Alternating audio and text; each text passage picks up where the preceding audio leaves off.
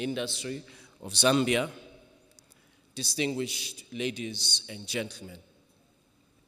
It is indeed a matter of great honor that we are here in Zambia under the patronage of His Excellency the President for this inaugural AfCFTA Digital Trade Forum. I want to express my profound appreciation to His Excellency the President and the government that he leads for hosting us here in Zambia over the next few days. And I want to say a special recognition to Minister Mulenga and his team, the Permanent Secretary, for the cooperation and the arrangements that they have made to ensure that we have a successful event. Your Excellency President Duma Boko, your presence here today is a testament to the commitment that you have expressed in the last few months since you have taken office to youth empowerment, particularly leveraging on the digital economy. This forum we convene in this forum at a time when the global economy and global trade in particular is facing headwinds. The African continent must seize this crisis as an opportunity. We should not be consumers, creators, but rather we must be creators and innovators of the digital economy. The remarkable achievement that took place over the last few months in terms of adoption of the Protocol on Digital Trade is an important step forward. Your Excellency President, I was reminded of the statement that you made at the AU Summit a few years ago, your first summit, when you noted the challenges that confront the private sector, particularly transit of goods across our borders. You also, Excellency, observed that the digital technology and deploying digital technologies presents an opportunity for us to address some of the challenges that our private sector confronts. It is therefore for this reason that this event is particularly important. It comes at the back of the adoption of the Protocol on Digital Trade, which has a number of very important provisions that enable and unlock the digital economy of our continent with a specific focus on private sector and youth entrepreneurs. Africa is a leading innovator in technology. For example, in the area of mobile banking, enabled mobile banking by technology, we as a continent boast a thriving startup ecosystem that supports innovation in technology and also supports a fast-growing fintech industry. Through digital platforms, the African continent has exposed the world to the creativity of Africans, the ingenuity of Africans, and the innovation of Africans in the area of the creative industry through various platforms for streaming content. African content creators are leveraging digital platforms to build global audiences, showcasing the diversity of our continent, generating incomes, and creating jobs for millions and millions of young people. The challenge, of course, is that where these incomes are generated, the bulk of the incomes remain and reside outside of our continent. The Protocol on Digital Trade in its implementation must reverse this trend and must ensure that African content based on digital technologies and the revenue that it generates, that it resides on our continent. The challenge, therefore, is that we must develop the capacity to nurture and to create an enabling environment for content creators, for innovators, for young entrepreneurs to take advantage of this market of 1.4 billion people. The good news is this: Africa's digital economy continues to grow significantly.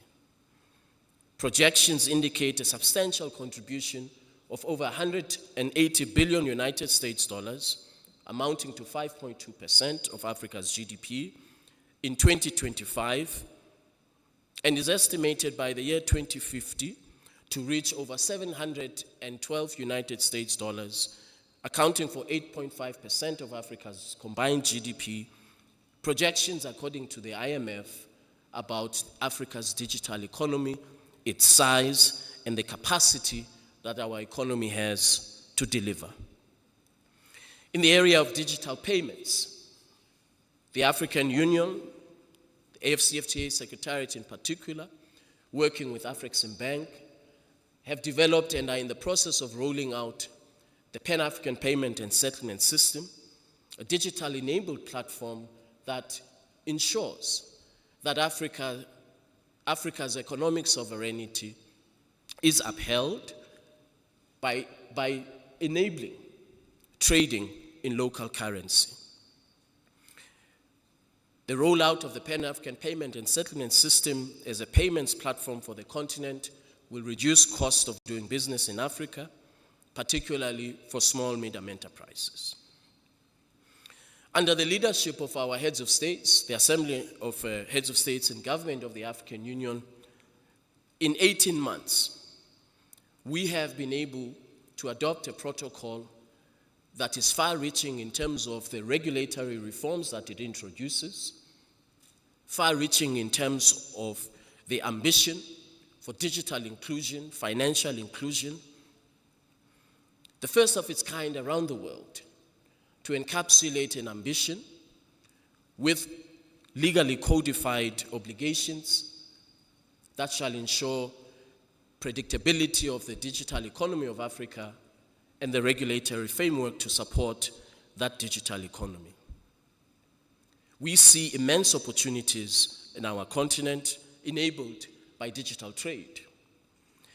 The continent of Africa by the year 2035 shall require the establishment of over 700 new data centers for the generation, processing, management, and commercialization of Africa's data on our continent. This will create investment opportunities and expand the reach of Africa's economy and employ young people, of course, where we implement this protocol and its ambitious objectives. To fully seize the potential of digital trade and make all of this that we shall talk about over the next few days a reality, we will have to transition beyond the negotiating room, beyond expressing visions, to implementing this vision. We must act boldly. We must, above all, move together as a continent to create a single digital market. A digital market, as I've expressed, is projected by the IFC, the International Finance Corporation, by the year 2050 to reach 712 billion United States dollars. In this regard, in implementing this vision, we require strong support and leadership from the private sector. Without the private sector, we will not be able to advance in the creation of opportunities that we seek to create through this protocol. Small, medium enterprises, particularly those that are led by women and young people, youth entrepreneurs, must be at the center of benefits of Africa's digital economy. I believe that the AfCFTA protocol on digital trade positions us for the benefit of all of Africa's digital economy. May I close with a reminder of the words of President Rolihlahla Mandela. And he said, and I quote, "It all seems impossible until it is done. It all seems impossible until it is done.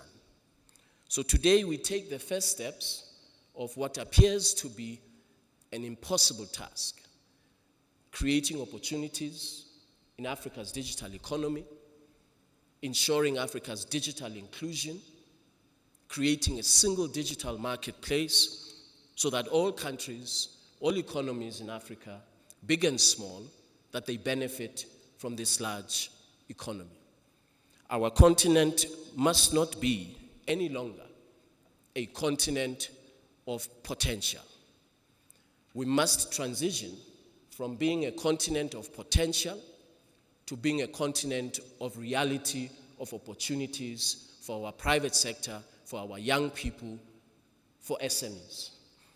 I therefore wish to close where I started, Your Excellency, our presidents, and that is by appreciating the generous hospitality of the government of the Republic of Zambia and the people of this country for hosting this inaugural forum. I wish all of us very good deliberations over the next few days. I thank you for your attention.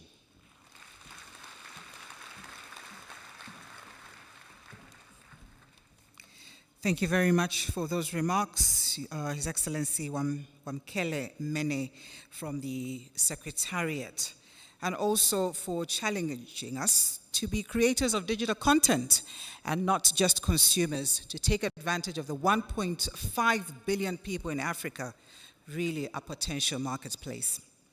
Ladies and gentlemen, it's now time for us to watch a recorded video, remarks by Sir Tony Blair, former Prime Minister of the United Kingdom and founder of the Tony Blair Institute. Good morning, distinguished delegates and participants. Apologies I cannot be with you in person in Lusaka today. Nevertheless, I hope this message underlines how incredibly important the Africa Continental Free Trade Agreement Digital Trade Forum is for Africa. As you know, Africa stands now on the cusp of a digital revolution. The African Continental Free Trade Area Agreement's protocol on digital trade is an historic step forward. But it's more than a policy framework. It is a continental blueprint for transformation.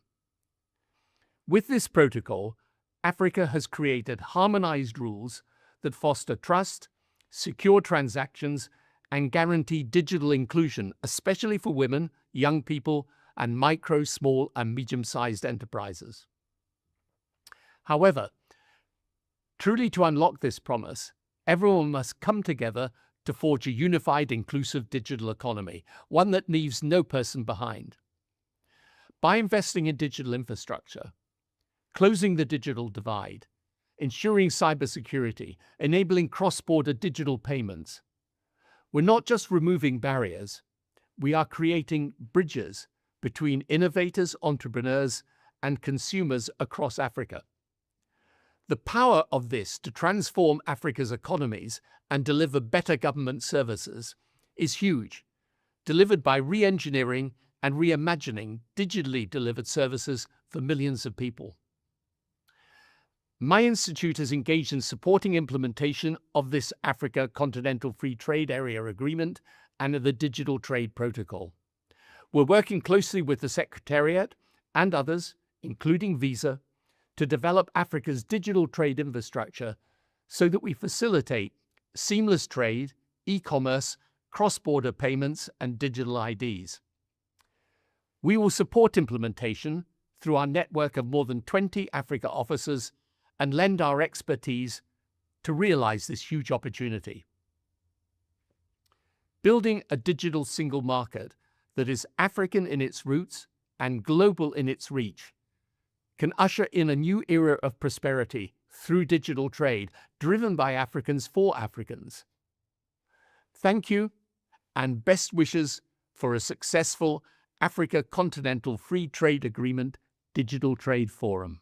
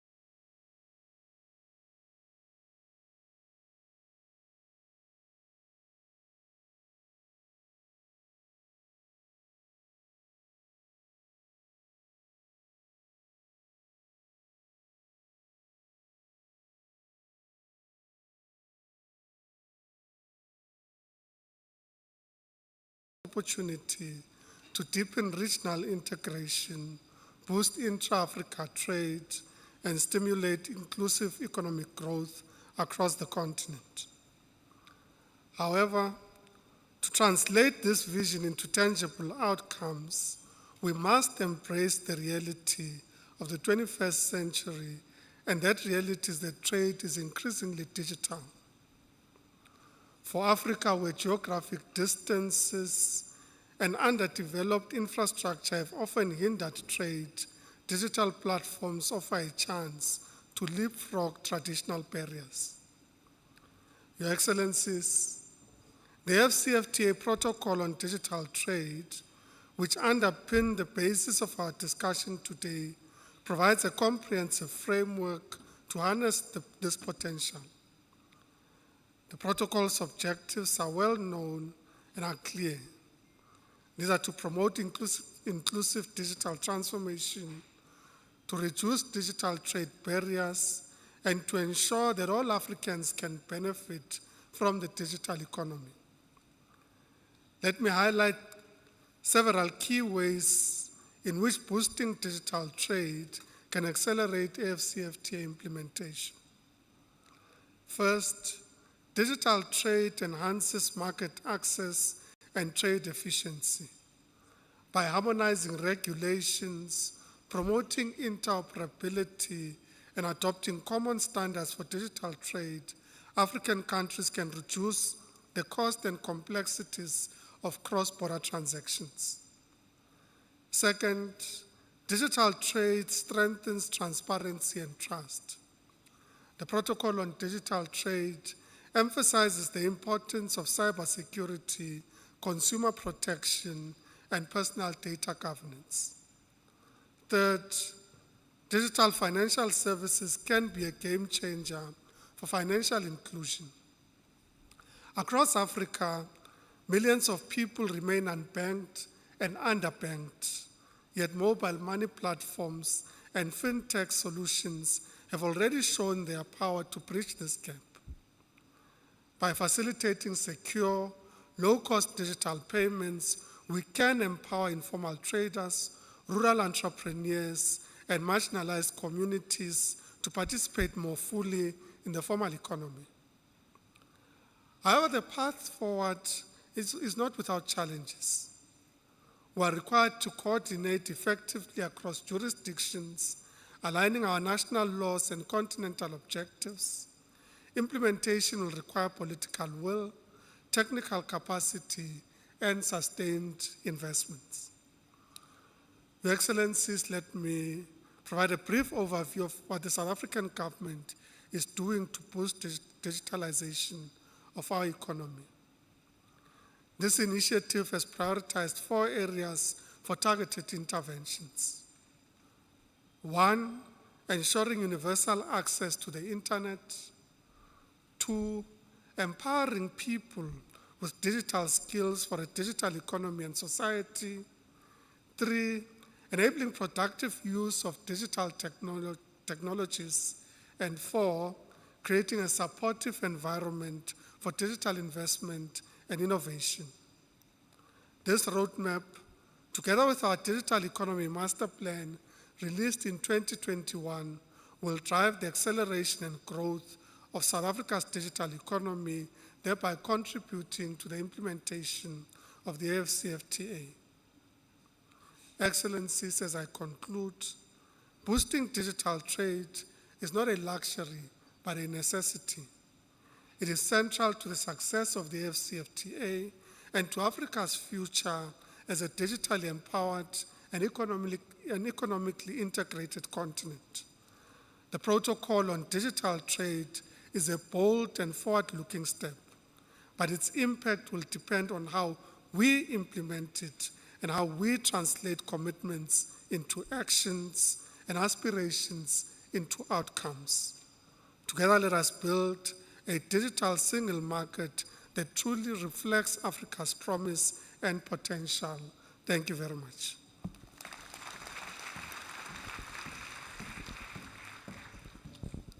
Honorable Tao, thank you very much for those remarks. Ladies and gentlemen, I'll move on quickly to invite the Minister of Trade and Industry, Rwanda, Honorable Prudence Sebahizi, to give his remarks. Let's warmly welcome the Minister, please.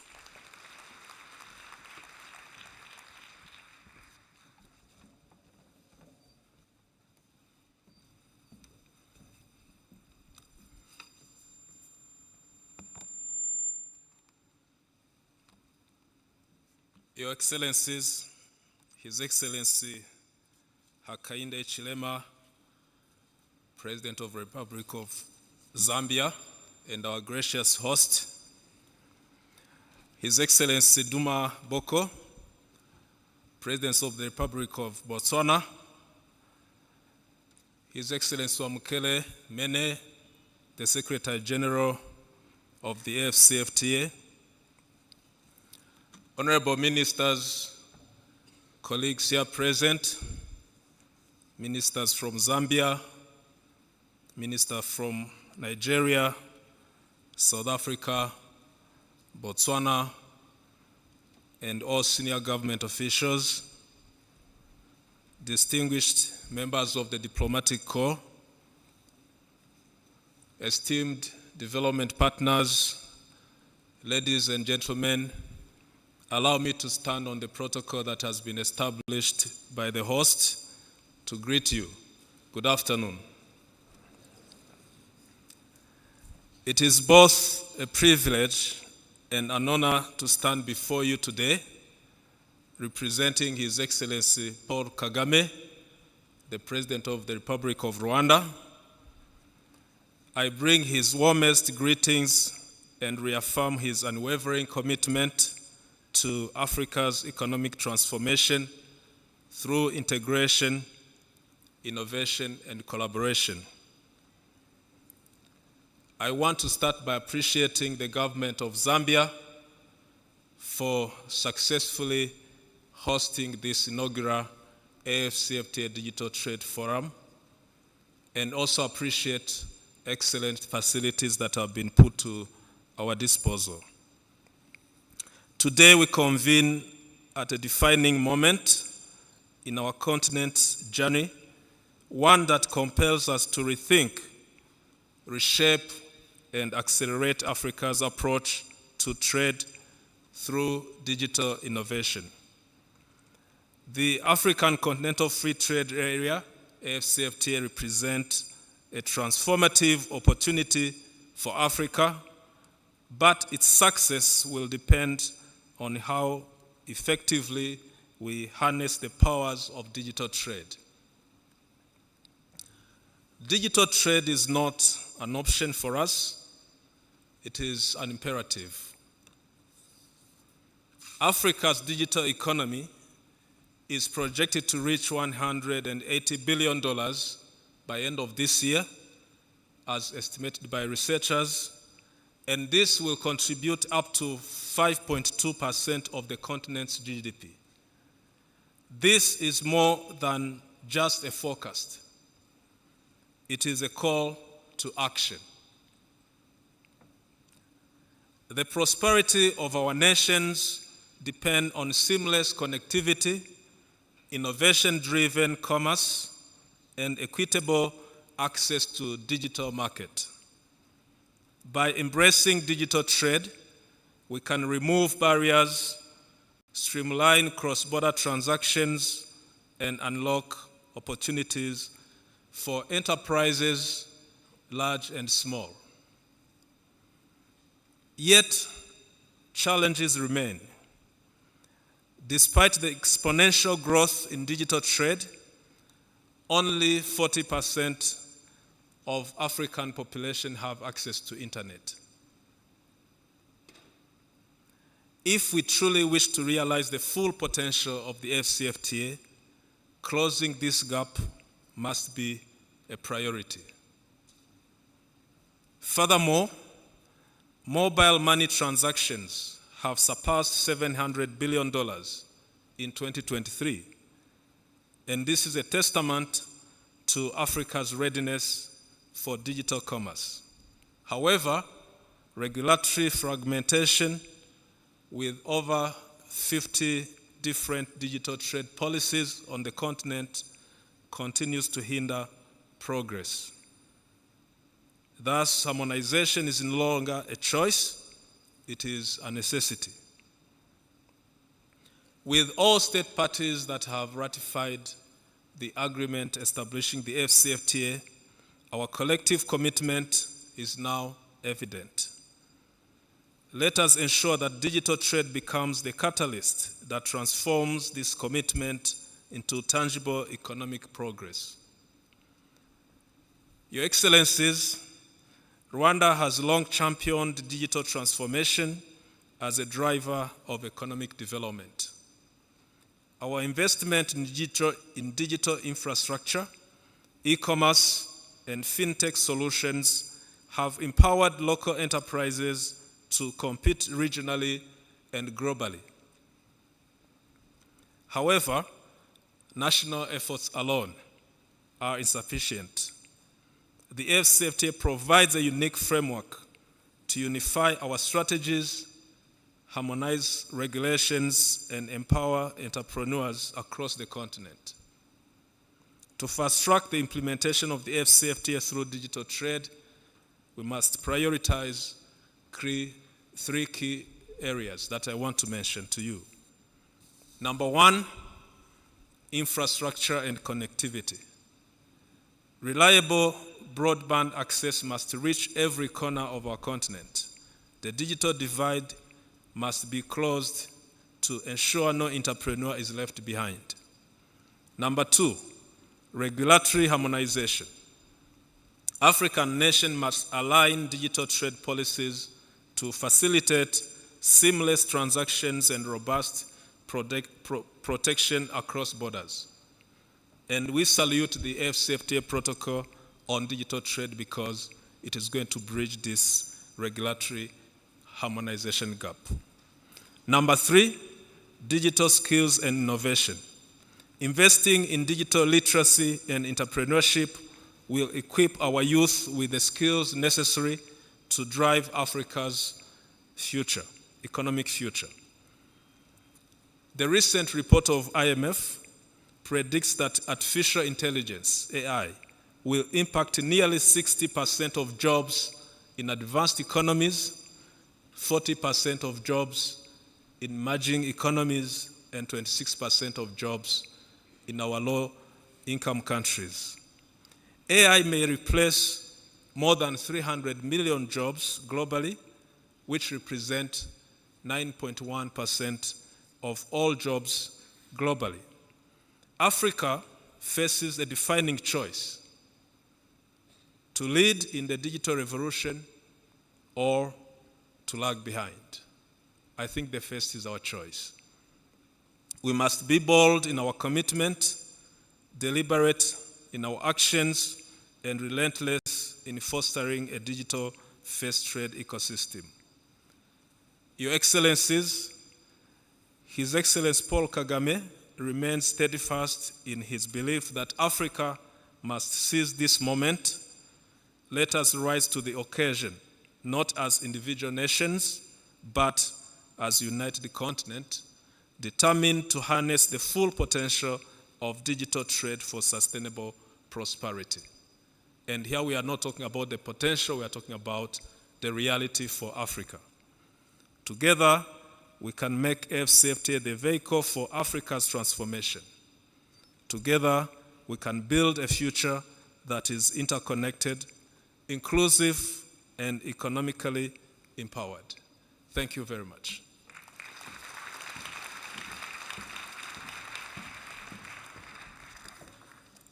Thank you, Honorable Minister, for those remarks and also for reaffirming the readiness of the digital commerce, that Africa is actually ready. Ladies and gentlemen, it's now my distinguished honor to invite the Minister of Technology and Science, Zambia, Honorable Felix Mutati, to give his remarks and also assist us with the protocols of inviting our Head of State for Botswana, for the Republic of Botswana, His Excellency Duma Boko.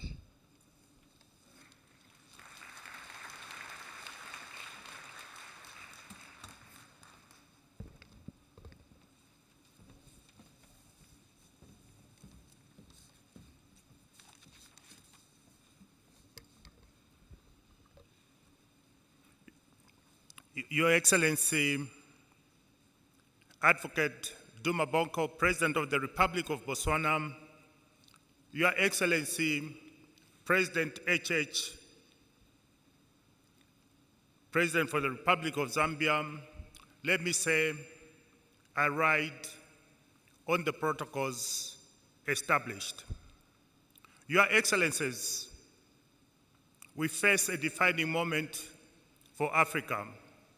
We gather today to deliberate on one of the most urgent and promising frontier of our time, which is digital trade.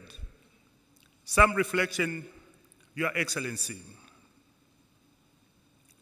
The global trade architecture poses unprecedented risks and opportunities, which this forum should be able to deal with. Number two, Your Excellency, in particular, President Boko, you have said that we must revest the investment in processes, procedures, and invest more in actions and output. We thank you for that philosophy, which is what we must do. Third reflection, Your Excellency, is that technology and digital infrastructure is absolutely necessary, but not sufficient to transform the lives of Africa. We need to do more. And the final reflection, Your Excellency, is that together we can do more. Just as we have raised capital on the Botswana Stock Exchange, we are also exporting fertilizer into Botswana and the region. So partnerships and collaborations are indispensable beyond trade. It is now my singular honor and privilege to invite His Excellency, President Boko, President of the Republic of Botswana, to render his statement. President, sir.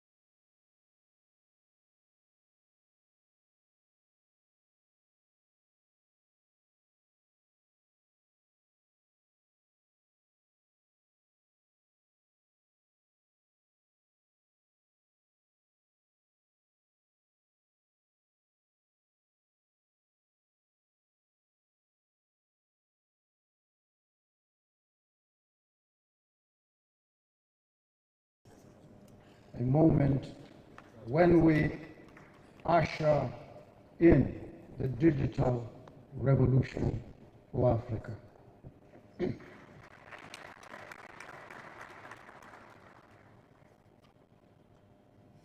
We appreciate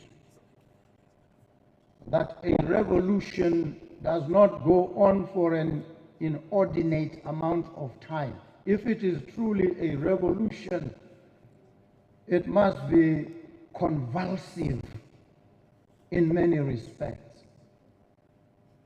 Because if it is truly a revolution, it has to be compressed in time and concentrated in target.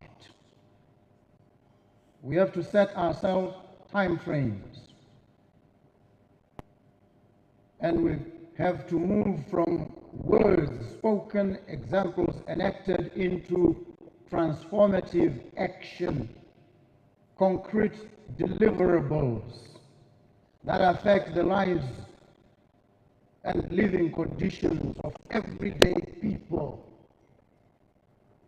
Those are the people we are here about. Not ourselves, those people. We need to bring down barriers, boundaries, and barricades. We need to enable these people to trade with and amongst each other. We need to facilitate them in those endeavors. We therefore must build for them the requisite infrastructure, the digital infrastructure that is so desperately needed to take these amenities straight to them. We have begun to lay the foundations. COMESA, EAC, SADC, tripartite free trade area, now the African continental free trade area, must become markers and references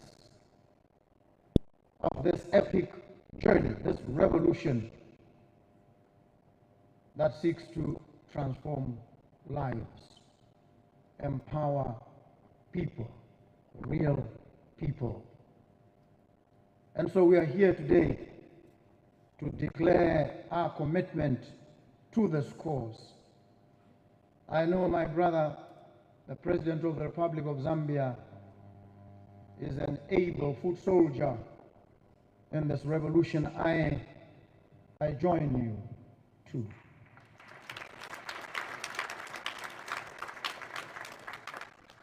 I call upon others across the African continent, those who sit at the highest echelons of leadership in their countries, to transcend words, move to action,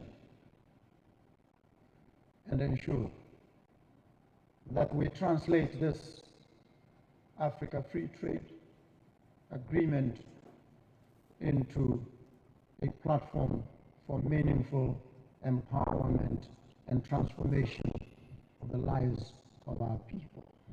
I conclude on a note that acknowledges the deep economic ties, the binds and bonds that connect Botswana and Zambia,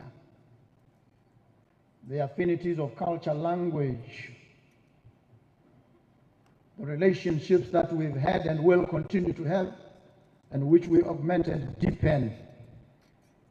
And I hope my presence here today establishes that that relationship is inviolable.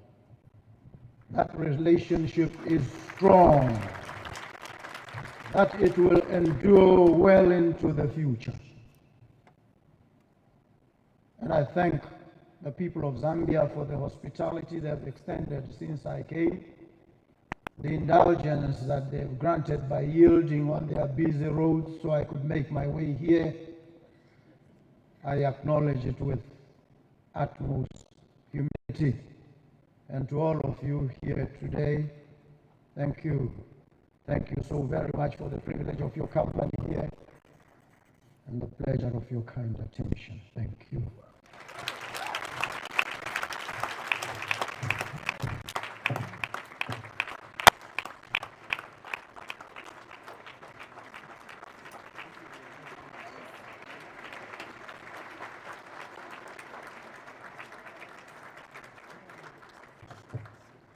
Your Excellency, thank you very much for those remarks. Thank you.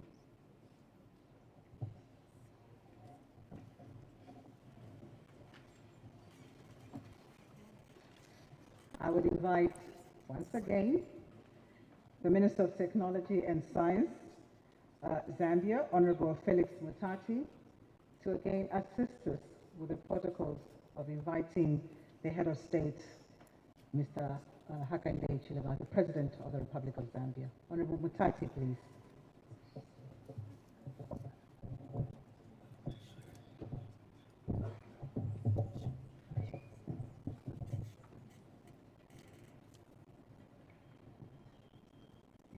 The President of the Republic of Botswana, what can we simply say? As Zambia, we only say, wow.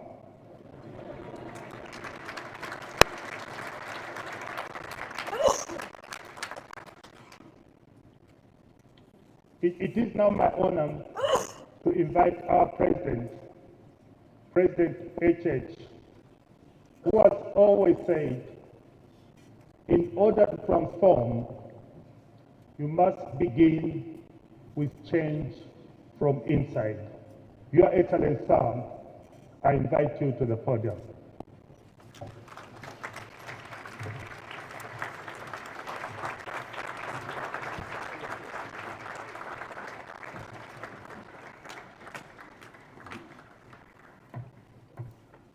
Thank you. You may take your seats, please. Please do take your seats. Thank you very much. Let me start by acknowledging my brother, His Excellency, President Gideon Duma Boko, President of the Republic of Botswana, our sister or brotherly country, whichever way you want to put it. Truly, we're supposed to be one country, except some people sat in Berlin and decided to cut our countries and communities and created nations when really we were one nation. I want to acknowledge His Excellency Wamkele Mene, Secretary General of the African Continental Free Trade Area, and your team that have been working in the background to do a lot to bring us here to this forum. Let me acknowledge ministers from Zambia, ministers from our other sister and brother countries, African countries, from this continent, our beloved continent. I want to acknowledge their excellencies, ambassadors, high commissioners accredited to Zambia. I have spotted some of you as I sat up there. We appreciate your presence here today. Let me acknowledge representatives of regional and international organizations, some resident here, some obviously on the continent, but others outside of the continent. We acknowledge your presence. My dear friends, leaders of industry, entrepreneurs, business people, from whom we expect a lot to actualize what brings us here today. The digital platforms, the investments required in that area, but more importantly, what I'll talk about a little bit, the real economy, the underlying economy that would allow us to trade digitally is all about the underlying economies, the sectors that produce the goods and services for us to trade digitally. We welcome you here. And I'm talking about those from the country here, our country, and from other countries. They are partners of ours, always with us as Africa, as we transit from our difficult days, our difficult past. Remember, colonialism was most prevalent on this continent. And since then, we've been struggling, working very hard, but we've done it with partners to bring about normalcy in our countries, on the continent, individual countries, our sub-regions, but also the whole continent. Let me acknowledge the press, whom we take for granted every now and then. We sit like this to have meetings. We assume that they will carry our messages correctly. We want to acknowledge you, local and international media, distinguished guests, ladies and gentlemen. My duty is first to welcome President Boko, to welcome the SG up there, to welcome all of you to this platform. But visitors, some have been here before, others are here for the first time. On behalf of the 20 million Zambians, I take the responsibility to welcome you to our country, to our beloved country, Zambia. And I whisper to President Boko, my brother, that I ask you, visitors, to stay a bit longer after your business is done in this room or side rooms. Stay a bit longer, relax a bit, go around and see some of our tourist attractions.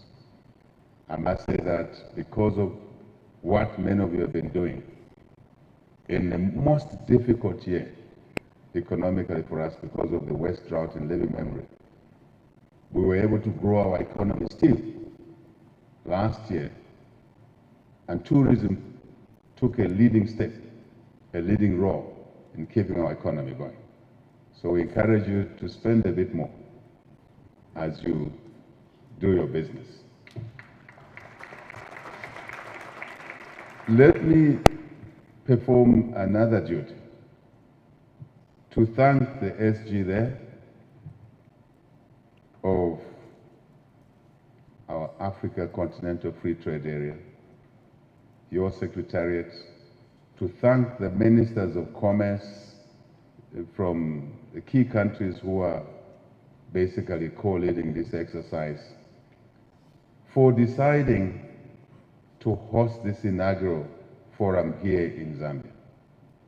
I say this because we had to go through quite some debate, a bit of arm twisting each other positively, and you took the decision to allow us, to favor us as Zambia to host this forum. SG, thank you very much. Thank you, and most appreciated. If we accept the honor, Minister of Commerce, Minister of Technology, the Zambian ministers, we must make sure that we do everything possible to make this forum successful, and that the intended objectives are realized, at least at this stage. The real realization of objectives is what President Boko said, and I agree with him, when we can actually implement these programs that we've been talking about. I remember that one of my outings here after taking public office was to have a meeting in Victoria Falls in Zimbabwe, a meeting which was chaired by President Kagame in Zimbabwe. And we talked about facilitation, integrating our economies, and providing support as governments. But there, I was a bit naughty as a new president, and I said, that we have work to do within our countries, within our regions, as building blocks towards the Africa Continental Free Trade Area realization.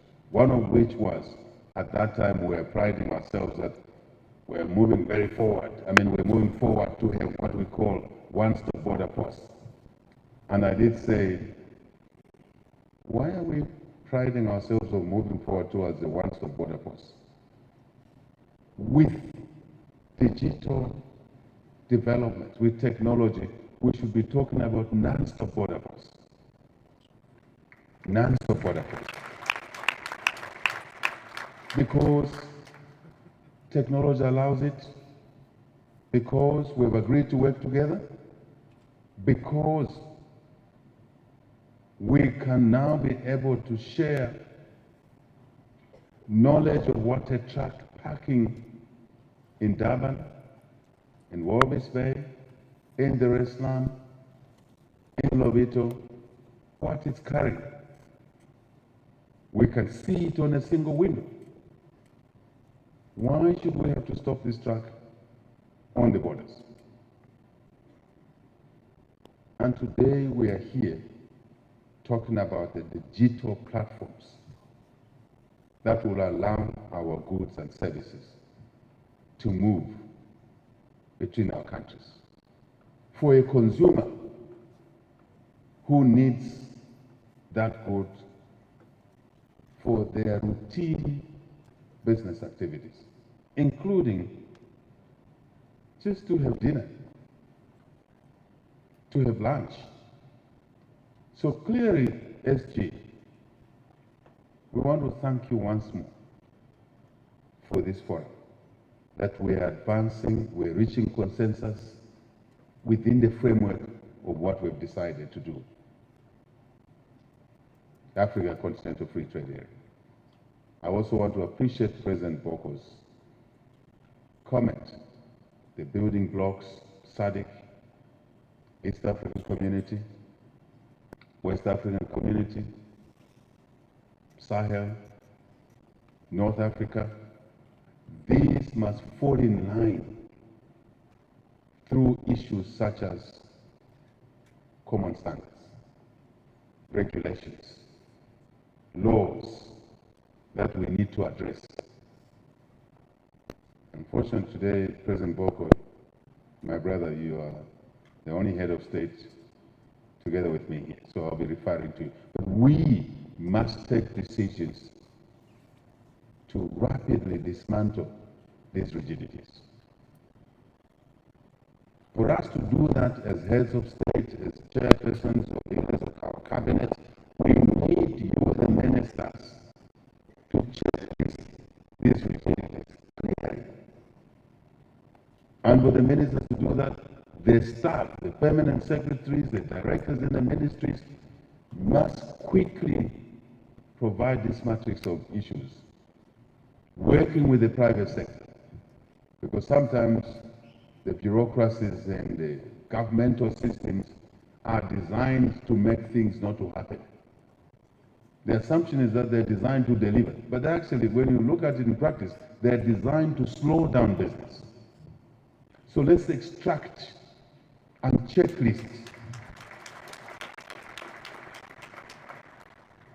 these issues, make them available to our ministers, make them available to our heads of state and government for them to take decisions. Decisions leading us to breaking barriers to help us facilitate trade, investment amongst ourselves. Micro, small, medium enterprises have no chance of survival if we don't create conditions, operating environments that would allow them to conduct their businesses with minimal delays. Because normally they have very thin margins. If their margins are already thin and we are burdening them with more delays and costs, the burden of costs, then we are making them unviable. If they are not viable and they are suppliers to bigger businesses, we're making the bigger businesses unviable too. And so what are we going to trade in? What are we going to bring on our digital platforms to trade in? There, I think, lies fundamental issues that we must share, and SG, I would expect that part of the deliverables out of this platform is to address this issue of rigidities from within governments, states, governments, if I may say so. A lot has been said, and I will not take your time.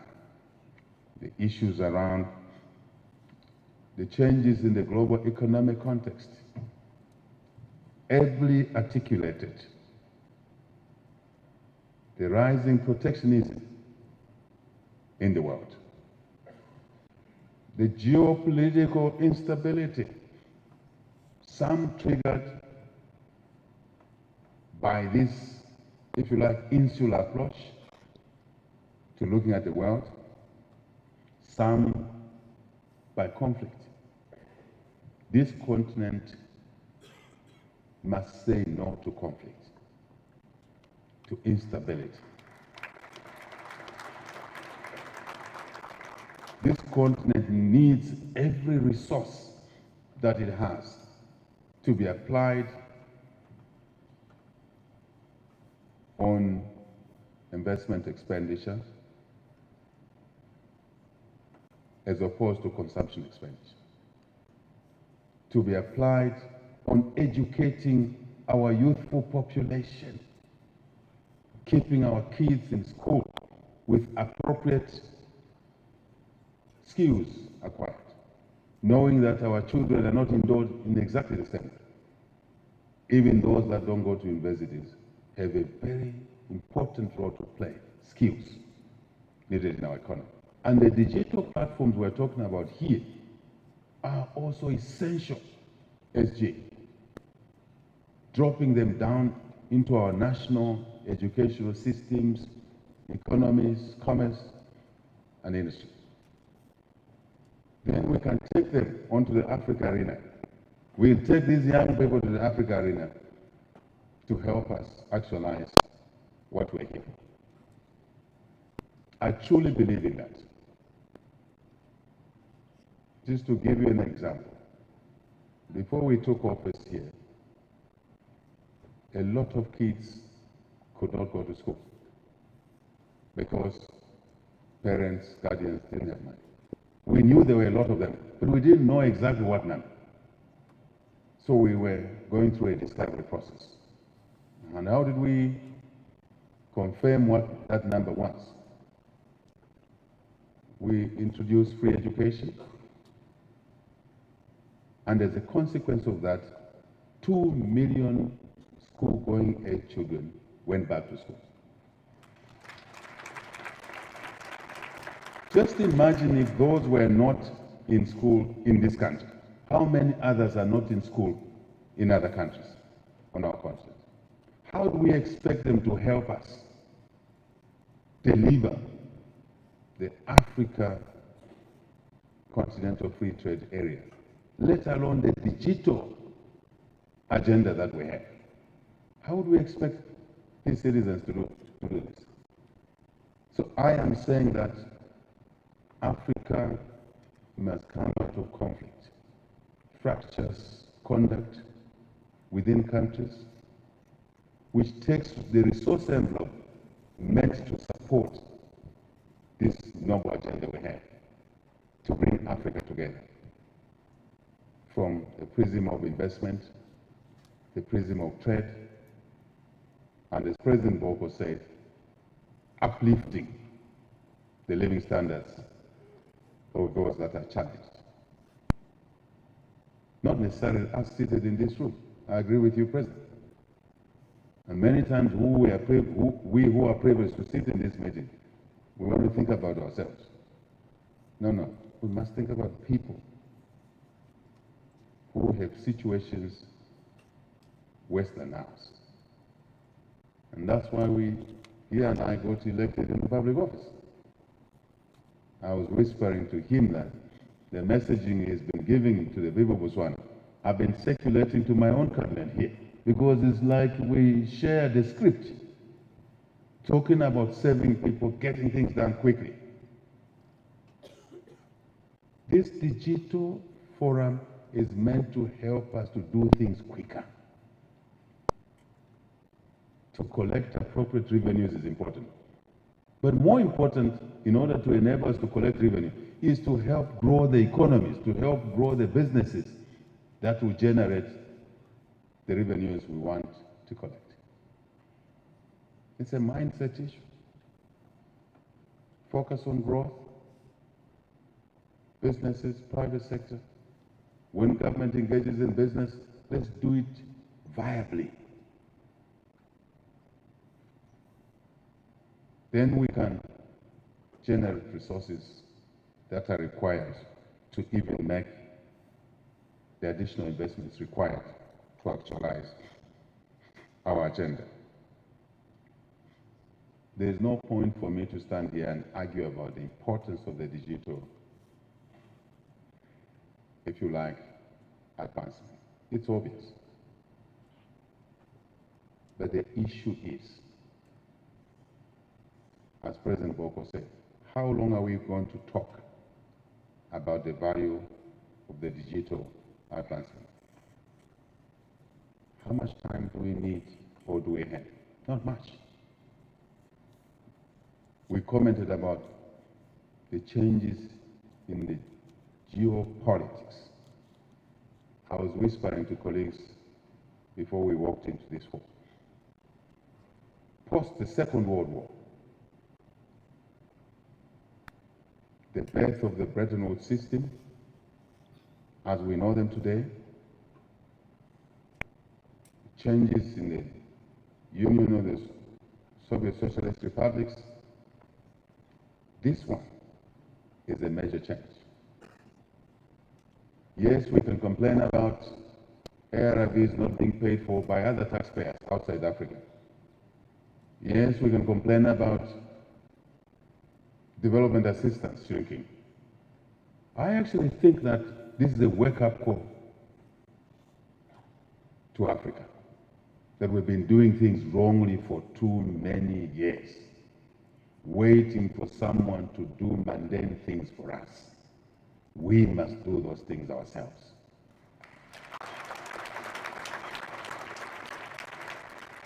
An ordinary coin has two sides. Yes, there's disruption coming through. Let's flip the coin on the other side. And that's where we think we in Africa must pay particular attention. The side of opportunity. Like coerced opportunity, but it's an opportunity. A great one for that matter. Why are we the continent that trades the least with itself? Why are we the continent shipping beef from other continents meant for consumption next door to Zambia? But there's beef in Zambia. Very nice beef. I can say so competently.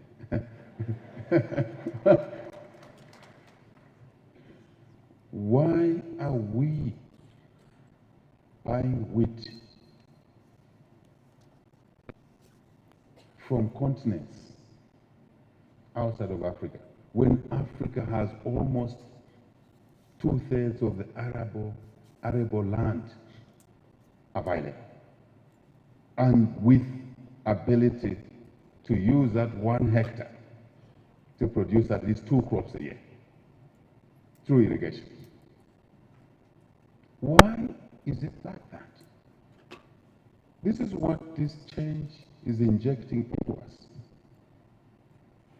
Consciously, we got used to having cornflakes on a breakfast table flown into our countries and then driven onto a supermarket, and we walk there, we're consuming. For this country, Zambia is like saying, no, we don't like GMOs. I said, but what are they talking about? At breakfast, they had cornflakes, which are GMOs from another country. You travel outside of this country, any hotel you go, you're eating this stuff. Could we basically create resistance to increase production in our own country and countries, if I may say so? And we are happy to spend billions, if not trillions, importing things that we can get from Botswana. As you heard my Minister of Commerce, by the way, it's an instruction this president has given to what we're calling now positive discrimination in the procurement process. Buy from manufacturers here, buy from producers in Botswana, Namibia, South Africa. I must say, President Boko, when I put this in my first year in office, we're now 3 years and a half plus some months. It was a struggle. Even my own cabinet members said, why are you favoring certain producers because they're Zambians? It's very simple. Because they employ Zambians. Because they pay taxes here, which tax money we need to fund our free education and the constituency development plan.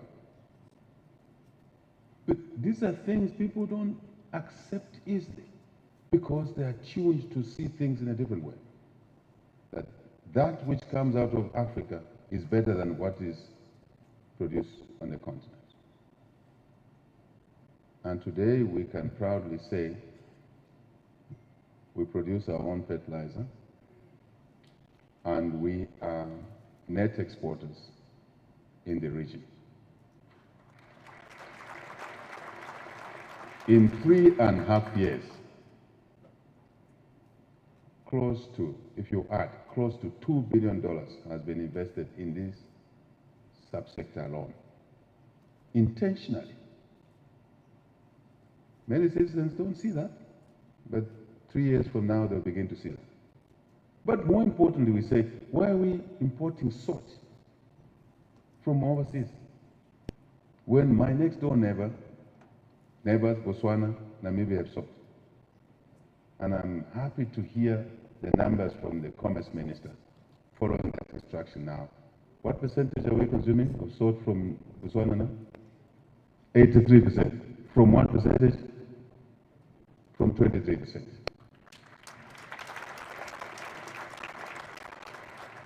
It's a no-brainer. It's a non-issue. We have obvious benefits from Botswana, our family, our neighbor. That's the real economy I'm talking about, SG 1K. So that the digital platforms assist us to trade within ourselves. The changes that are taking place globally are good for us. I think Africans needed not one slap on one cheek, but 2 slaps on both cheeks.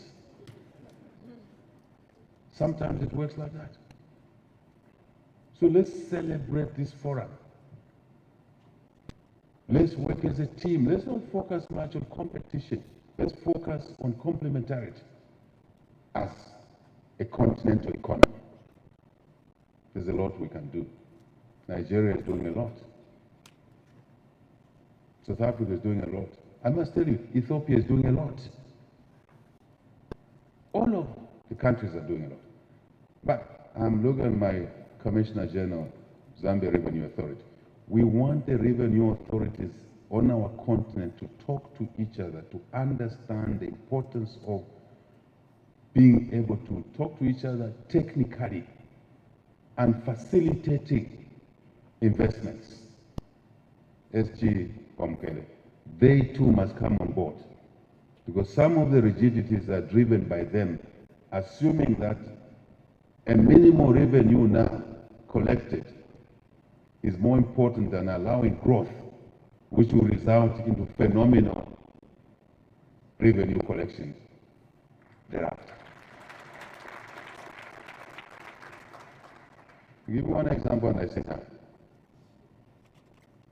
I took a motion to cabinet, our cabinet, to say we want to push tourism. We want to make the cost of tourism lower. And amongst the things we wanted done was to remove the visa fee.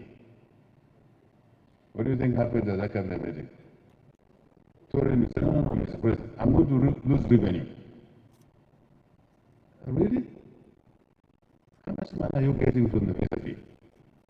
Compared to the volumes that will increase of tourists when you remove rigidities such as visa fee. Ultimately, we took a decision. The test of the pudding is in the eating. Tourism numbers went up. No revenue, phenomenal revenue was earned as opposed to minute revenue coming from visa fees. Simple, isn't it? Let's open up our continent. Let's get our people to know each other. I will sit down. I want to say what I said to SG McKenna. I said, SG, let me give you my little view. One of your success factors will be the Africa Continental Free Trade Area Secretariat under your leadership to set up a transaction team. Maybe it's already there. What do I mean? We will be more successful through him for us if they can focus on connecting demand points on the continent with a supply point on a particular commodity.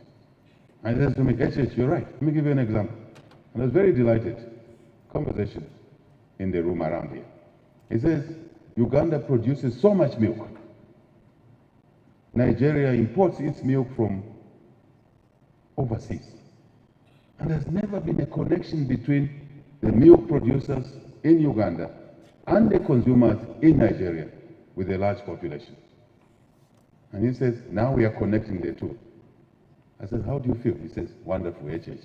I said, set up a team that will be doing that. Then our success will be quicker because the benefits will be obvious. We'll also raise enough money to fund additional market connections. Good news is that we can do it digitally. The real economy has to respond to digital transactions. I want to thank once more my dear brother, President Boko, for coming, and Secretary General, our team here, commerce ministers, trade ministers, delegates, really for honoring us. Thank you very much, and I want to confirm that you have our full support. Listening to President Boko, you have the full support, political support, to get this job done. And as a student, undergraduate student, I would have said, so I will say it. Viva Africa, viva! Viva Africa, viva! Viva! Thank you very much.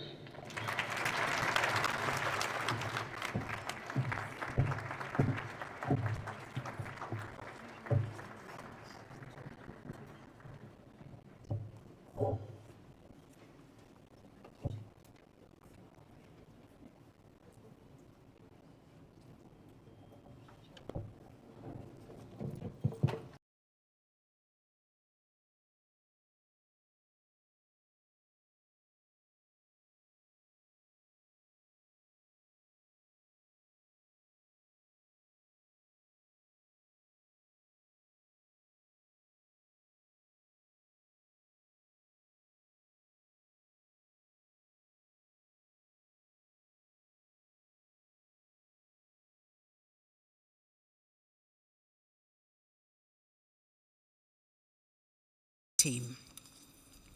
Ladies and gentlemen, before we transition into the panel discussion, we would like to invite Dr. Totetsi Makong, the Director, Coordination and Programs, to tell us more about the digital challenge of the 10 innovators. Thank you.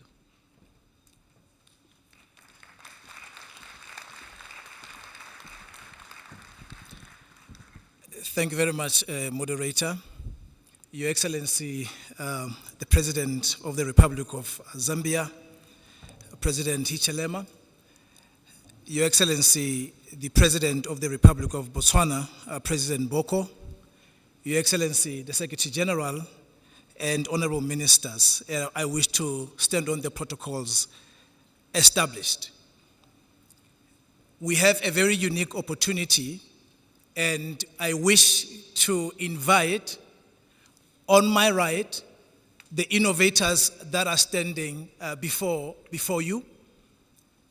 The AfCFTA Secretariat, under the leadership of His Excellency Wamkele Mene, set up a process to try to prove and tell our leaders that the young people are ready to implement the AfCFTA. For this reason, about 485 innovators did apply to be part of an AfCFTA Innovation Challenge. That number went all the way until we had 50 of them left, and today we have 10 of them who made it out of that big number, 485. And I hope we can give them a round of applause. The amazing thing about these young people that we see here is that some of their innovations are at ideation stage, some of their innovations are at a prototype stage, their innovations are also at operational and scaling up stage. What is the message? The message is simple. They are saying, we are here, we are waiting to make sure that we connect this continent. How are they connecting the continent? And I'll cite a few of their innovations, and these tally very well with what their excellencies, the presidents, talked about. One of the innovations that we have here is to enhance agricultural supply chain on a cross-border basis. We are not talking about small-scale, individual country type of innovations. We are talking about cross-border scale type of innovations. One of the innovations I wish to cite is on supply chain financing. We talk about how do we finance the private sector, and yes, these young people here, these innovators here, have solutions.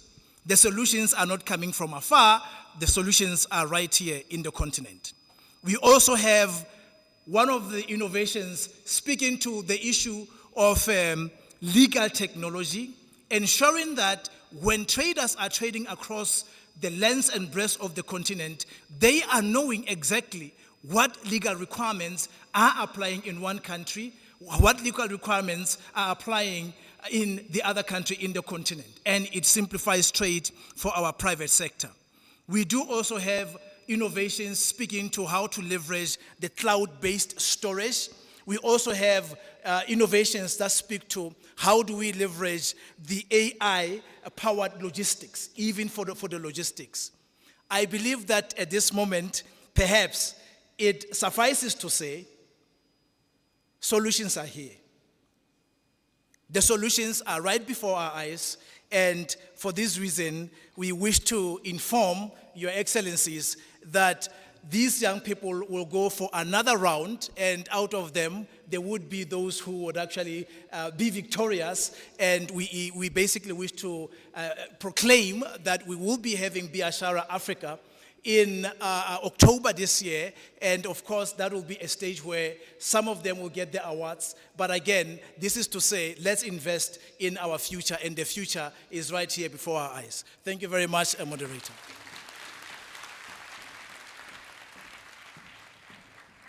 Thank you. I think the young ones deserve another round of applause. Congratulations for daring to dream.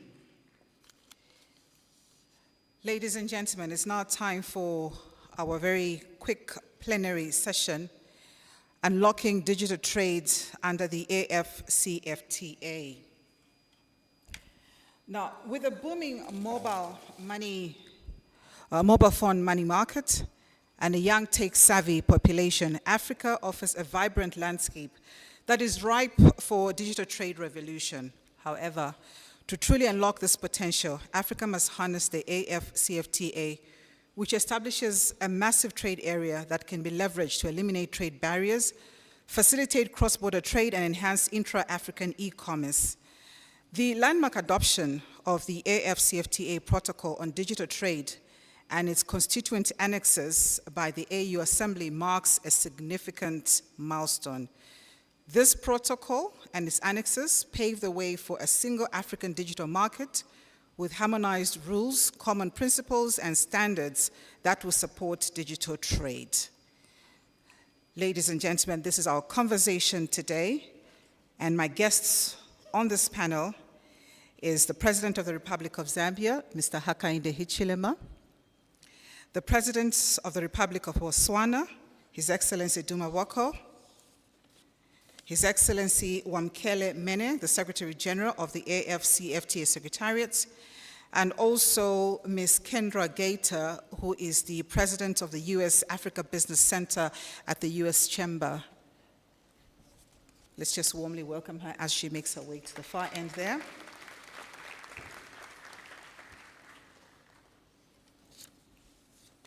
We will dive straight into the conversation, and I would like to present this to Mr. President, Mr. Hakainde Hichilema. In your statement, sir, you did acknowledge the importance of inter-African trade and the potential that digital trade offers.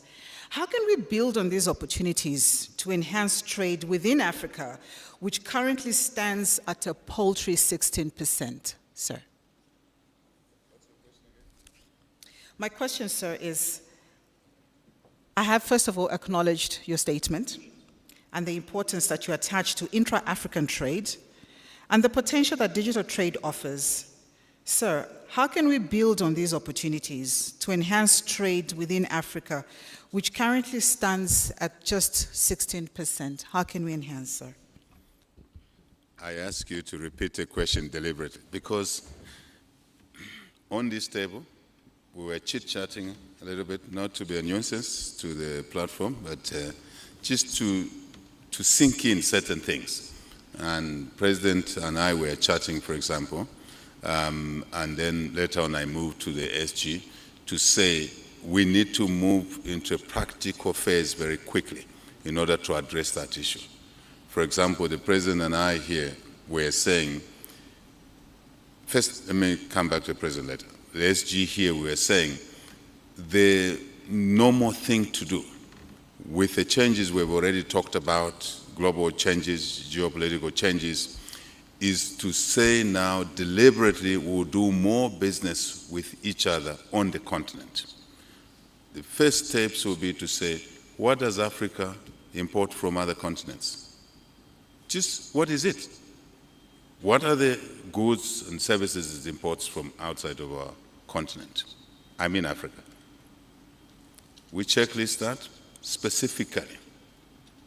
And then we say, obviously, we will have known who is importing. If we checklist what we're importing, we would have known who is importing, which country is importing. Then we move to the next column to say, who is a potential supplier of these items we're importing on the continent? We checklist those. Then we bring them together. We match-make. We match-make. Matchmaking, that's the correct expression I want to use. We match-make. That's exactly the point I was delivering there about a transaction team. But he cannot work alone as secretary. That must translate to our commerce ministers, finance ministers, and the relevant ministers. And of course, the technology ministers will come along to make this exercise much easier, much quicker, digital platforms. So then we start from there and move what I said, demand and the supply together. We know the demand is there. How do we know? The numbers are there, what we're importing. What we may not be sure is who actually has the supply side. That's normal business. That's what we should do. Then the president and I were chatting here to say, sometimes we look at the supply side from an individual country point of view. That may be okay, but I think in this situation it's not okay. I believe the quantums are huge. The demand side is huge. We then consortium. Botswana and us, Zambia, Namibia, South Africa, wherever else, can say how much beef is consumed in Nigeria, how much chicken, how much fish is consumed in Congo, who can bring what quantity of fish, chicken, beef. I'm only being simplistic, agriculture. So we consortium, we consolidate, we aggregate in order to help meet 20-30% of the demand, the market within the continent, and work from there. Thirdly, to now help build capacity to produce more as we race towards meeting the demand, different types of demand from within the continent. That's where investments now come in. Joint investments. Trade is what we're talking about, but joint investments, financing, raising finance, mobilizing technology, technical skills, capability. We're talking about the whole economic ecosystem here, but consciously now going forward, done that consciously, not subconscious, but maybe the front seat of our consciousness, the intellectual part, the skills part, education skills part, the experience side, all put together, essentially to mean that the African economy will begin to work with itself. Thank you.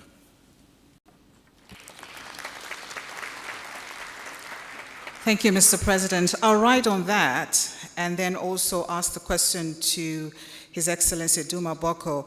Mr. President Hakainde Hichilema, you've talked about matchmaking and the ecosystem. President Boko, what are the most significant opportunities that digital trade presents for accelerating the implementation and maximizing the benefits of the Africa Continental Free Trade Area in your country? What are these significant opportunities? Thank you very much. Let me start off by indicating that the removal of barriers involves, in critical respects, the reform of legal regimes, some of them inherited, that impede trade, that obtrude to prevent the free flow of goods and services across countries. And so it's going to be a critical starting point to conclude negotiations on the digital trade protocol, which will result in a harmonization of rules, of standards, and of principles that will facilitate trade amongst African countries, among African people. Botswana produces the best quality beef in the world, if I may say so myself. I bet you've never in any top restaurant encountered an advertisement that says Botswana beef sold here. But you've encountered Wagyu. In relation to coffee, they'll tell you Blue Mountain coffee sold here. In relation to goods and products from Africa, the issue of provenance is never acknowledged, even in passing. And so it's going to be very important for us to raise the profile of our products, make them visible. I was talking to President Cyril Ramaphosa a few days ago, and he said in South African retail outlets, he would like to see Botswana products Zambian products, products from across Africa, traded, sold. And we need, through these digital platforms, to enable this to happen. One Nigerian friend of mine said they eat a lot of beef, they need beef in Nigeria, and he said, well, if we come to Botswana, we'll finish all your cattle. Now we need to service that market, but aggregate, bring Zambia on board, bring Namibia, bring others.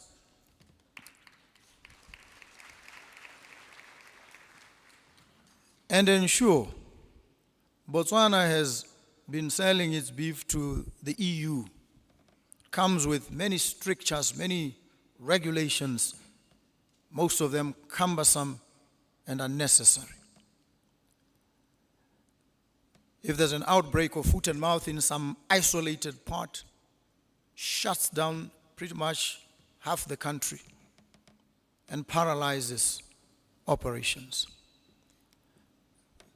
There are markets in DRC, Nigeria, Angola, all over Africa, which remain untapped. And so we need to deliberately, intentionally operate together as Africans and access these markets and facilitate access to all of these markets within our continent. And Botswana is ready, willing, and able in these regards. Thank you. Thank you. President Boko, I don't know if you're aware that President Hichilema is actually a very successful rancher. I'm just imagining the conversation in the bilateral meeting later today. She wants us to compete. We are talking about complementarity. She's the right moment. Thank you very much. Thank you. Thank you. President Boko has talked about harmonization of standards, which really sets the stage for me to introduce Ms. Gator. Now, anchored on the AfCFTA protocol on digital trade, the presidents are here. How can African governments, the private sector, and regional bodies collaborate to create a harmonized and enabling digital trade environment across the continent? Thank you, Program Director. And if I may, since I'm speaking for the first time, I'd like to acknowledge His Excellency, President Hichilema, and congratulate you on hosting this forum. Acknowledge and congratulate His Excellency Duma Boko for your rousing remarks and your participation today. His Excellency Secretary General Wamkele Mene, I offer my deepest congratulations to you as well. All of you coming together to put together this inaugural Africa Digital Trade Forum is indeed a bold action, and I think it sets a formidable stage. So thank you for allowing me to join you on this panel, as well as esteemed ministers, ladies and gentlemen of the community today. So to your question about how African leaders, private sector, and the community at large can come together to support implementation of the AfCFTA, just let me tell you just briefly about the U.S. Chamber of Commerce. The Chamber of Commerce is a 113-year-old institution that is focused on how to unlock free trade and free enterprise. And we do so across the African continent through our U.S. Africa Business Center and our network of American Chambers of Commerce, or AmChams, including a very active AmCham here in Zambia. And so through our networks, we work very closely with governments to be able to identify areas of opportunity to be able to expand in the trade realm broadly. But given the importance of digital trade, the fact that harmonization of standards is a criteria really for unlocking growth, I would just say stay the course. The AfCFTA Digital Trade Protocol is the first of its kind anywhere in its world. And so we are learning from you how to implement a bold, ambitious vision. And so having a protocol that sets out criteria for cross-border data transfers, criteria for intellectual property that sets the stage for how artificial intelligence can move, that sets the stage for fintech and all of that. I invite you to be in community with your private sectors in your respective countries and with those that are partners. I'm from the United States. I'm a proud member of the diaspora, but I'm from the United States nonetheless. And we are proud to be partners with the MOU Secretariat in supporting implementation, recognizing that this is not about the American business community. However, when you harmonize standards and bring 1.4 billion people into a common market, it is also very attractive to international investors. And so we want to be able to be partners in supporting Africa's growth story and certainly setting rules and regulations that come together, that find each other, that create a pathway for it to be easier to move from market to market, as you all have identified, will certainly continue to unlock the power of digital trade. Thank you. Thank you. I'll direct the same question to Secretary General, Your Excellency Wamkele Mene. How can African governments collaborate and create a harmonized and enabling digital trade environment across the continent? Mr. Hakainde Hichilema did actually allude to a lot of this, so what is your action? Well, thank you very much. Let me once again thank Their Excellencies, our presidents, for the gracious time that they've given us today. I think the presidents have said it all. Regulatory harmonization, we are at the cusp of concluding across all of the protocols that establish the trade area. The next step, of course, is for domestication of those harmonized rules to enable the market to connect. The second point, again, as His Excellency President said, is the business connectivity, the supply chain network establishment, the investing in those capabilities of those supply chains to deliver predictably and with certainty to the market. These are the basic steps that are required. His Excellency President mentioned we're a net food importer. The precise number is $52 billion worth of food that our continent imported in 2019 to 2020. And the bulk of that is rice, soya, maize, wheat. These basic agricultural products combined constitute about $35 billion worth of imports. And yet we have these grains all over our continent. So as the ministers of trade and ourselves, we have a challenge to introduce trade rules that will enable Africa not to be a net food importer anymore when we have the basic agricultural products here in Africa.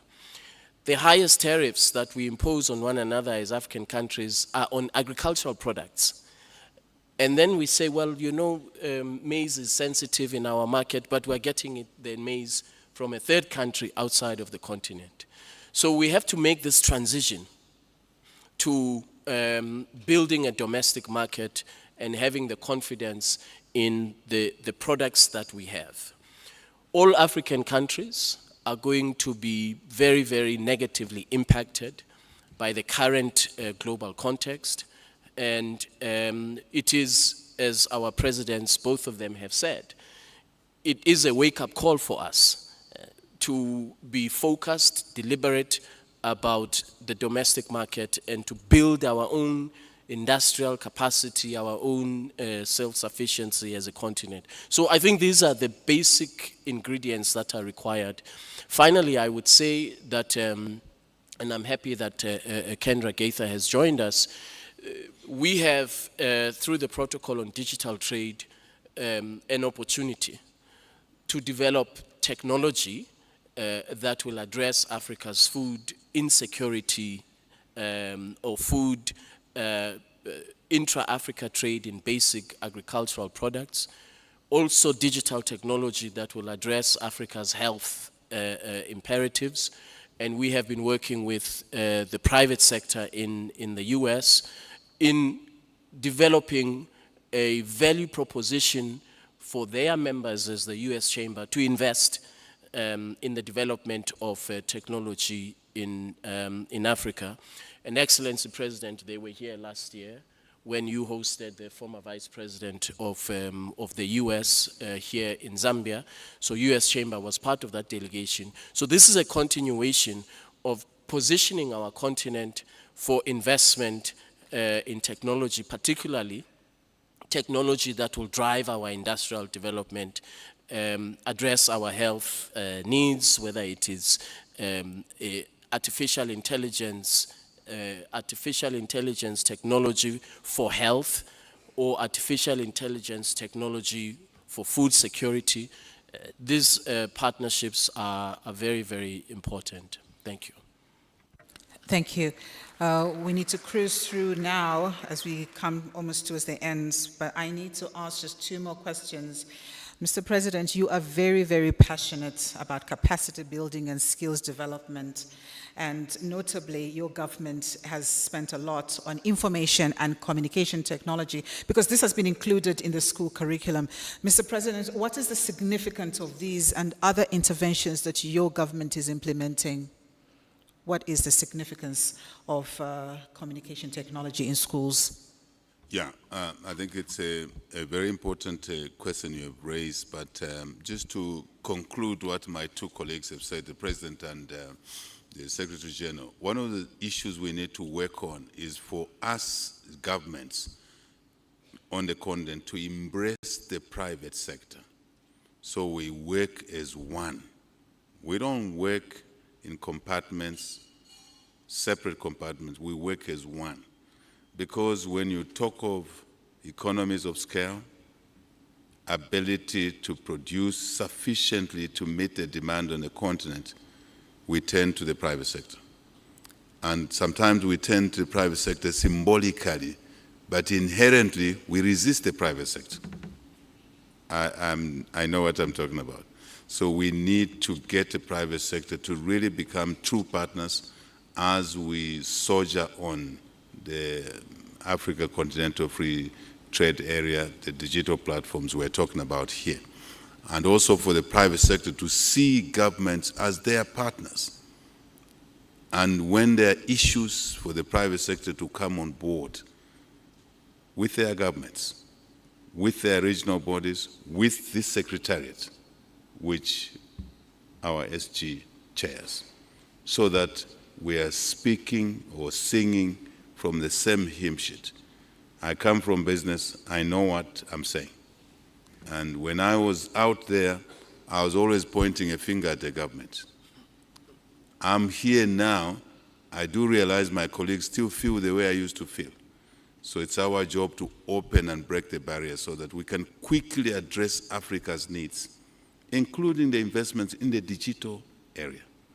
It's the private sector that, once we've broken down the rules, the laws, inhibiting laws and rules, and also other nuisance factors, we can then move Africa, soldier Africa forward.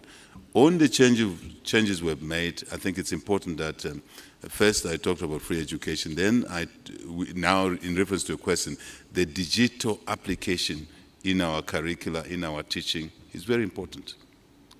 The strides that we're making, still a lot of work to be done, but we now have a lot more pupils, students, that are actually taking their lessons, doesn't matter which particular area, on digital platforms. It's then easy to uplift these into the regional, into the Africa sphere, because they will already be at home in the usage of these tools. AI is a big challenge, but I think it's an opportunity still. If we can use AI positively, not negatively, not what we see young people do with AI on social media. It's very damaging. Let's use the technologies we have to build the desire that we are sharing here to get Africa to come of age. in different sectors. But also, we should not shut ourselves out because it's not possible to be an island in today's world. So, what the American Chamber is doing is appreciated. What other continents have done to walk towards our, desired outcomes. We should not reinvent the wheel. We should pick the lessons of others. And my message to others out of Africa, what we're doing here is not to lock you out. What we're doing here is to invite you to invest with us, leading to mutual benefits, leading to businesses succeeding, global businesses, which may have been generated from Africa, initiated from Africa rather, global businesses that are initiated from outside of Africa. But the intention is to build capital, access capital, you know what I'm going to say next, at a fair price, technology, the best. We're talking about digital here, the best. But also, number 3, to work with Africa in joint venture projects.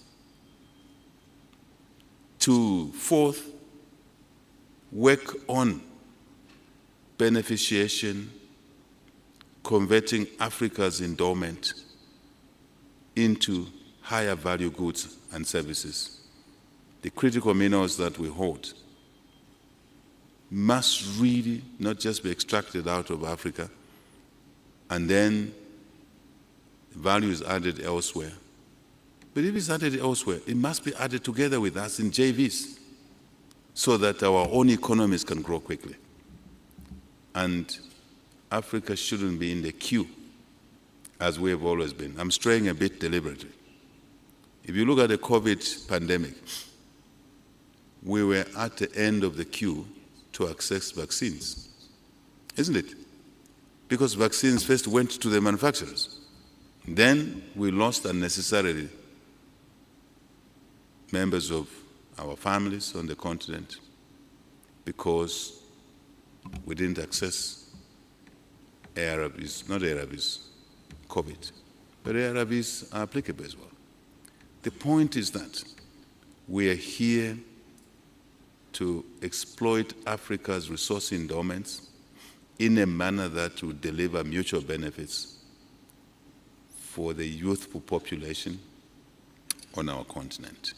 So what Zambia does, what Botswana does, what South Africa does, Nigeria does, Rwanda does, Kenya, Cairo, Egypt, are things that we would like to bring to the pool through this secretariat and through our other ways of working with each other so that we can accelerate economic growth. That is where we derive value for jobs, for business opportunities. We derive value to invest in the digital platforms and indeed raising the living standards of our people, as President Boko said. That's the story. That's the jigsaw puzzle. Thank you. Thank you. President Boko, as I ask this question, I'm thinking about the Innovation Hub in Botswana. How are capacity building initiatives being designed and implemented in your country to bridge the digital divide and equip African youths, the women, and other underrepresented groups with the necessary digital tools and knowledge?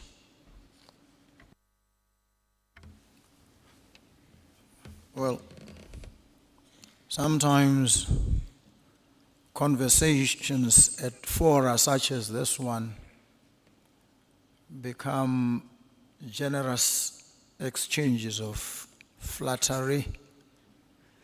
We need to acknowledge, for instance, Botswana, and you're asking specifically, that we've fared badly in that regard. We must be open and frank about this so that we don't congratulate ourselves unduly. And so the Innovation Hub is only, if you will, in its infancy in terms of the outcomes that it should attain. But what is more fundamental is we need to step back and rethink our entire approach to education in Africa and each of our countries. We have pursued an approach, for instance, in Botswana, where from primary school until junior secondary school, you are pursuing a particular line, and then we determine, we adjudge you not to be fit to continue along the academic route. We condemn you, and then we struggle with what to do with you, and we say, let's dump them in vocational and or technical education. It comes as something of an afterthought, or after high school. We need to adopt an approach that engrafts practical skills-based training and education from the foundations of the education system throughout. And I was giving an example that in some countries like China, they teach coding at age 6. What are we teaching our children at that age in our schools? How are we even teaching them? And so these digital platforms must enable us to reshape education, not to proceed along the lines of its instrumentalization or commodification, but to make it truly a tool of empowerment and liberation, and one that enables them to make meaningful contributions. And then we place them, because they already are, if you observe these young stars, digital natives. We just need to help them along. They are already passionate about technology. And so we need, and it goes back to government. Many acknowledge that there has to be change. But to get to where the change kicks in, the processes are slow, they are dilatory, and in the end, self-defeating. And I say it again, tongue in cheek. We must subvert some of these dilatory, self-defeating processes, approaches, and routinized practices. Change them. We now need context-smashing ideas and practices. And the Innovation Hub would do well at some point to proceed along this route, and I think it will. And so I hope right across Africa we begin to see this approach to education. Thank you very much.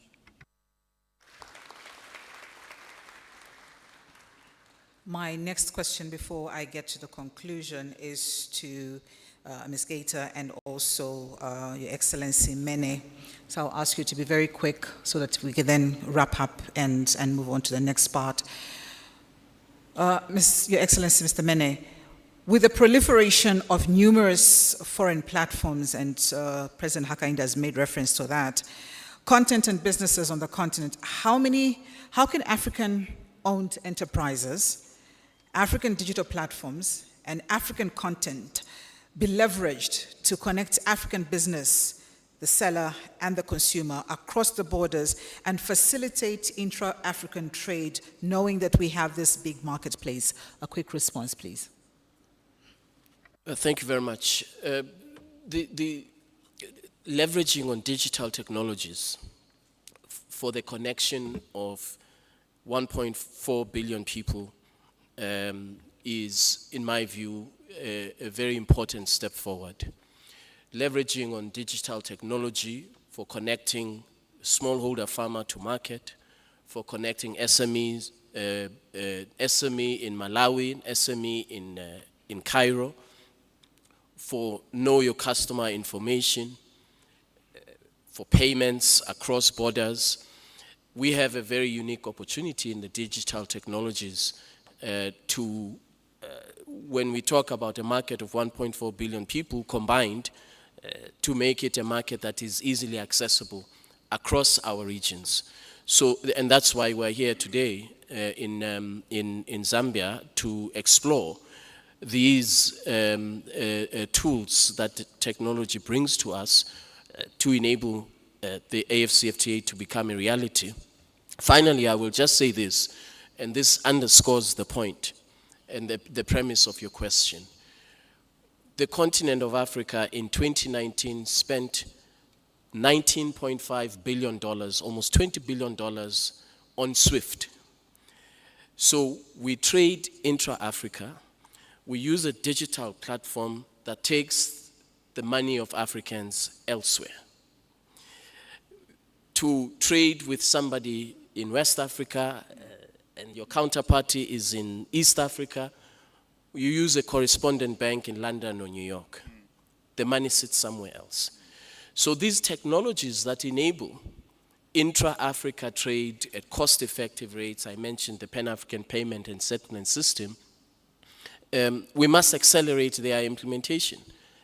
Not only do we address competitiveness of our SMEs because we're reducing the cost, but also we're ensuring the economic and payment sovereignty of our continent.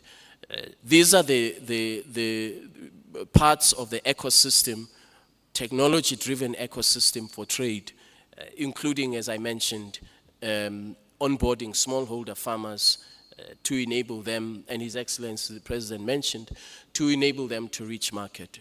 So what we are discussing over the next 2 days is not just pie in the sky. It will be tangible outcomes for deploying technology for intra-Africa trade. Thank you. Thank you. Ms. Gator, I noted that you were noting, maybe just your quick response to the same question. Thank you. No, thank you very much. In addition to aligning myself with the comments of the Secretary General, I would just note that this is really an opportunity for the ecosystem to be an effective driver of what that growth can be. You have larger companies who create platforms for the smaller companies, and I know that that's a key part of how to help smaller companies scale, is being able to have access to larger companies with tools and platforms and support mechanisms to help companies formalize and be able to access new markets and new market opportunities. And while there's certainly a robust need to support African companies as they grow, I think that there is a role for international partners to be partners in that effort as well. And so international institutions that help provide platforms can allow for companies to scale. Our institution represents both US and African companies who are working across the Atlantic Ocean, if you will, to create greater connectivity in our business communities. And certainly one of the things that those companies have been committed to is how to grow the ecosystem, how to bring more partners and more companies into the trading relationships. And so I do think that this is a question of really building an ecosystem that allows those larger companies to be able to support smaller companies in formalizing and scaling across Africa. Thank you. As we wrap up, we will have just a call to action from all the panelists. And I'll start with the lady. Ms. Gator, your call to action. What is your national or continental initiative that you can commit to establishing or supporting under the AfCFTA protocol on digital trade to prove its viability and impact on boosting intra-trade, Africa digital trade? Thank you. I'd say first, we commit as the U.S. Chamber of Commerce to fully implementing our MOU partnership with the AfCFTA Secretariat. It's a joint working group to help support the implementation of the Digital Trade Protocol in addition to value chains development. And second, the Chamber has a program called Advance with Africa, where we bring small businesses into the equation, particularly diaspora-led businesses, and connect them with partners on the continent. And certainly that's another way that we hope to help see the AfCFTA scale. Thank you. Thank you. Mr. Mene, what are you committing to? Well, thank you very much again. Implementation is the starting point, and implementing with the, we will not be able to move all 55 of us at the same time. I've never eaten an elephant before, but I'm told you eat an elephant in small bites. So we've got to move with those that can take the small bites, but implementation is truly the starting point with moving with those that are ready. Thanks. President Boko and President Hichilema, as leaders of the African Union, you pledge to liberate Africa from poverty. Trade, particularly through the AfCFTA, is one of the strategies you are employing. What commitments are you making to ensure that the protocol on digital trade is fully implemented? I'll start with His Excellency Boko, and then I will wrap up with President Hichilema. Two critical things. First, to conclude all the discussions and negotiations in relation to the protocols in the Continental Free Trade Agreement. That is but the beginning.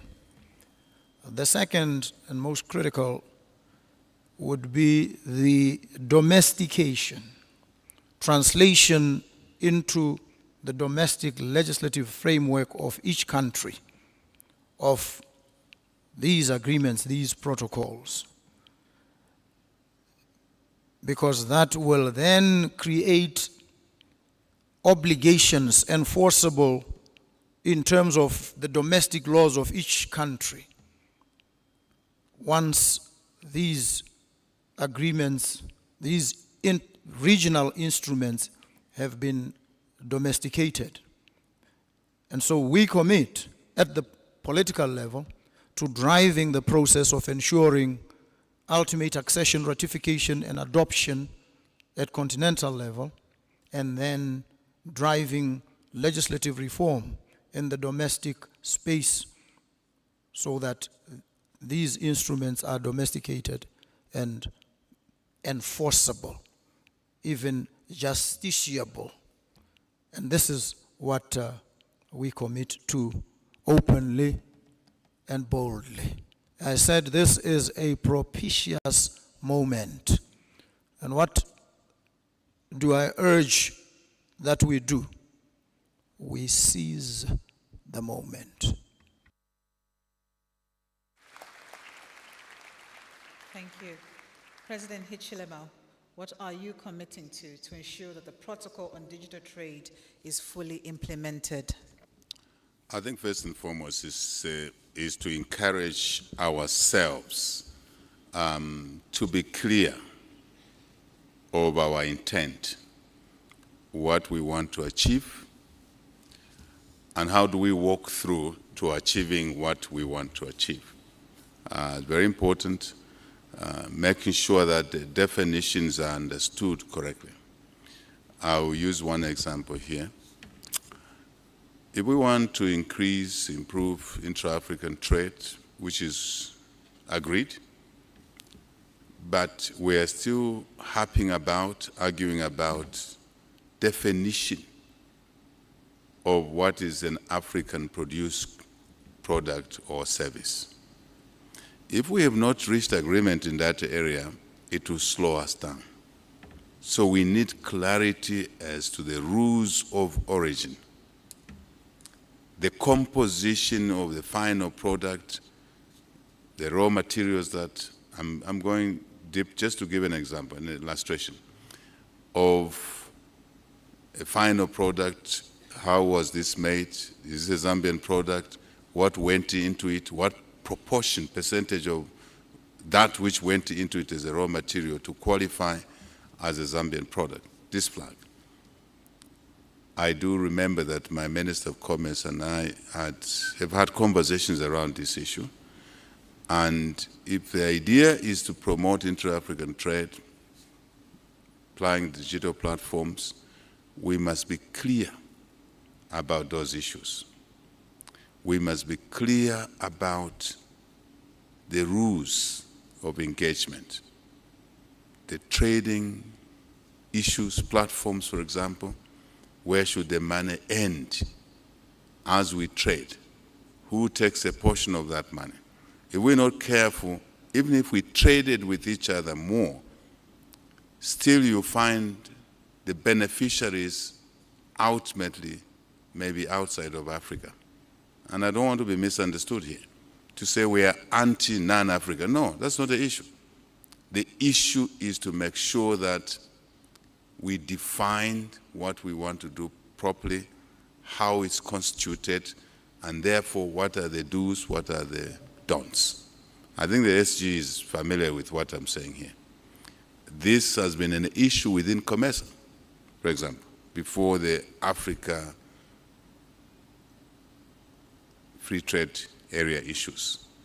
So regional bodies are sitting on collective knowledge, collective experience, so that the lessons of what we encountered in the regional trading blocks are brought forward. And I'm sure that has been done already. And if it's been done, well and good. More clarity you have, the more you can effect and achieve your agenda much quicker. I see it from our own situation at home. If we don't define things properly, they are described in all sorts of definitions. And that slows down everything, confuses people along the way, and sometimes creates debates that are wasteful, unnecessary, and are costly. More important, loss of time. Clarity. When we're clear, focus on implementation. There is nothing called as a perfect solution. When we encounter problems, we provide a mechanism to come back to each other quickly to address those problems. I don't want us to see African companies, businesses, taking each other to court. We don't like to do business in court. I'm sorry for the lawyers. I know you need legal fees.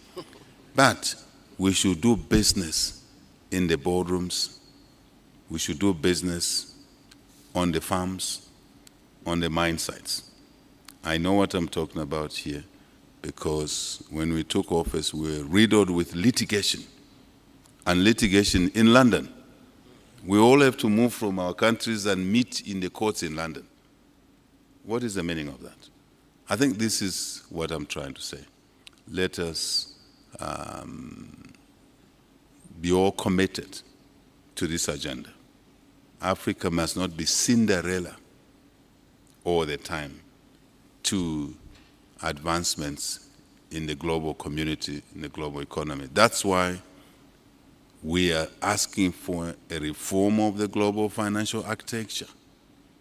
But before we make those arguments there, we must be clear on the continent.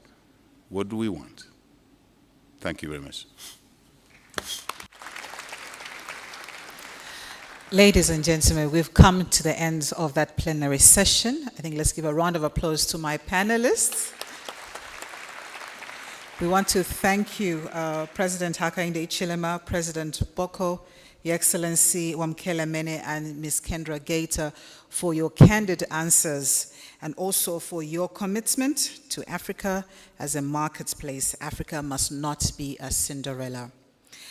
We will now transition to the next part of our program, which is the official, what we like to call the family photo. And this is by invitation, so I'll ask protocol to assist me with that. Thereafter, our two heads of states will go and convene for a bilateral meeting. The rest of us can stay because we'll have a ministerial plenary session and then we will transition into lunch. If lunch is early, because I'm standing between you and lunch, if lunch is early, I will advise. For now, ladies and gentlemen, I'll ask you to be upstanding so that our heads of state can can have the photo session. I've been advised we will transition into lunch.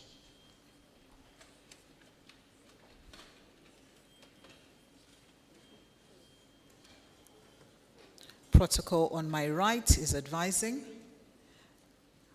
I will invite this top table as well, Ms. Kendra, the ministers, cabinet ministers of Zambia and visiting cabinet ministers, please join the photo session.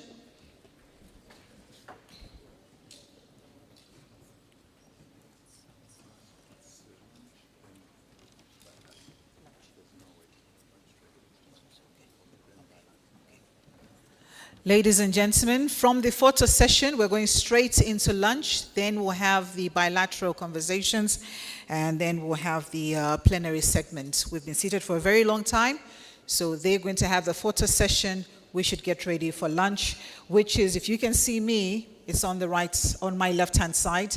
I think the tickets are being given. So through these doors, or through the doors right in front, and you turn left, there's the hall on the left. That's where the lunch is being served. So I'm assuming we can all start just making our way towards the lunch.